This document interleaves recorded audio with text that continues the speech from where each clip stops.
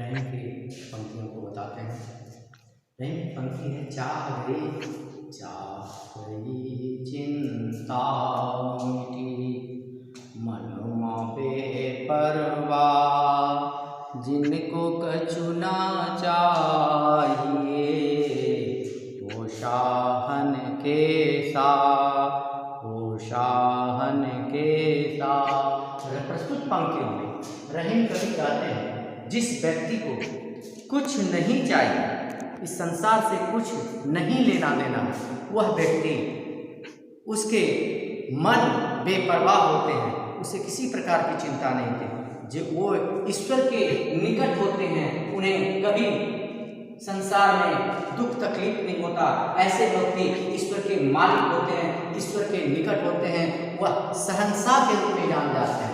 इन पंक्तियों में कवि कहते हैं, जिस व्यक्ति की चाहत खत्म हो गई, उसकी चिंता भी दूर हो गई, उसकी चिंता भी दूर हो गई, उनके मन बेपरवाह रहते हैं।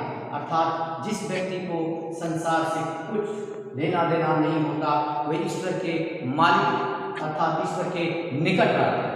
दूसरी पंक्ति है, जे गरीब पर हित करे ते रहीम बड़ लो, कहा सुदामा बापुरो कृष्ण मिताई योग, कृष्ण मिताई योग।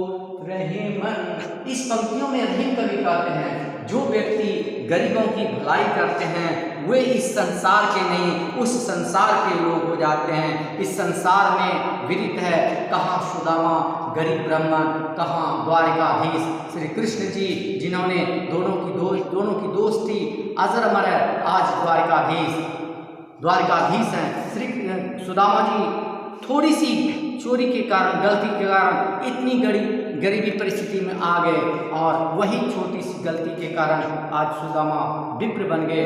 जबकि फिर भी मनुष्य को चाहे कितना भी बड़ी विपत्ति आ जाए, दुख आ जाए, अपने दोस्त को सहायता जरूर करनी चाहिए। इस संसार में कृष्ण और सुदामा की दोस्ती अजर अमर है। रहीम कवि की तीसरी पंक्ति है, रहीमन ओछे नरन सो बैर भरी न पीरी, काटे चाटे स्वान को दो भांति विपरीत, दो भांति विपरीत। रहीमन दो भांति विपरीत। रहीम कवि इस पंक्तियों में कहते हैं,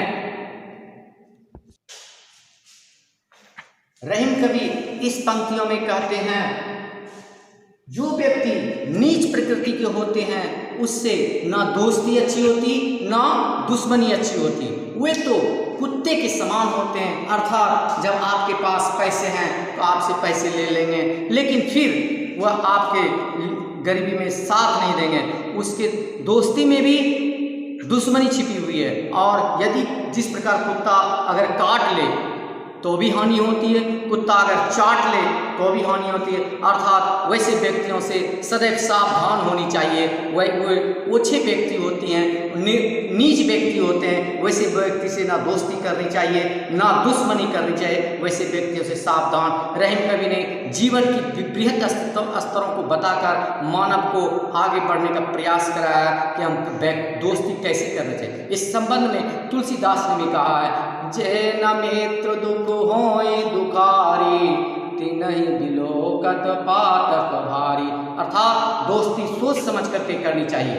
इस प्रकार एक पंक्ति रहीम ने कहा है, ऐसी वाणी बोलिए मन का आपा खोल, औरन को शीतल करे आप ही शीतल हो। रहीमन आप ही शीतल हो। इस पंक्तियों में रहीम कवि कहते हैं, ऐसी वाणी बोलिए जो दूसरों को खुशी लगे, अच्छा लगे, और सुनने वाले को अपना भी मन ठीक हो और सुनने वाले भी शीतल हो जाएं, अर्थात उसके सुनने के बाद उसके मन प्रसन्न हो जाएं। इस प्रकार मेरे प्यारे बच्चों, इस संसार में सुंदर वचनों की ही मोल है।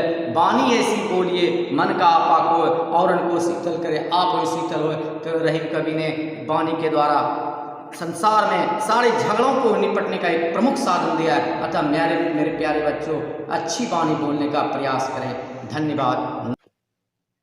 रहीम कवि की एक और पंक्ति बृहत स्तर पर है, कहता है, रहीमन चुप हो बैठिए देख दिनन के फेर, नीके दिन जब आए हैं बनत न लगे हैं देर। मेरे प्यारे बच्चों, इस पंक्तियों से सीखो, चुप रहो, गरीबी की स्थिति में चुप रहो। जब तुम्हारे दिन आ जाते हैं, अच्छे दिन आते हैं तो बिगड़े काम भी बन जाते हैं। जब तुम्हारे बुरे दिन होते हैं तो समाज में तुम्हें कोई सम्मान नहीं देते। अतः समय को पा करके जगना और समय को पा करके आगे बढ़ना सीखो। रहीम कवि ने इस दोहे के माध्यम से मानव को बहुत बड़ी बातें बताई है कि समय पर ही सब काम करो।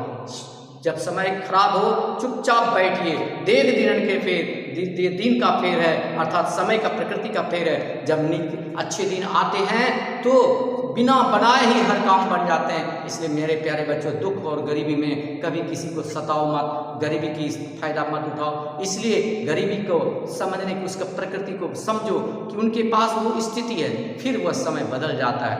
धन्यवाद। और गरीबी वाले बच्चे चाहे जो भी हों, जिसके पास भी गरीबी आते हैं, वह मत सोचना चाहिए कि यही दिन रहेगा, दिन फिरते हैं। धन्यवाद मेरे प्यारे बच्चों। नमस्कार। यदि आप चैनल पर नए हैं तो चैनल को सब्सक्राइब करें, बेल आइकॉन को दबाना ना भूलें, वीडियो को लाइक भी करें। धन्यवाद। नमस्कार।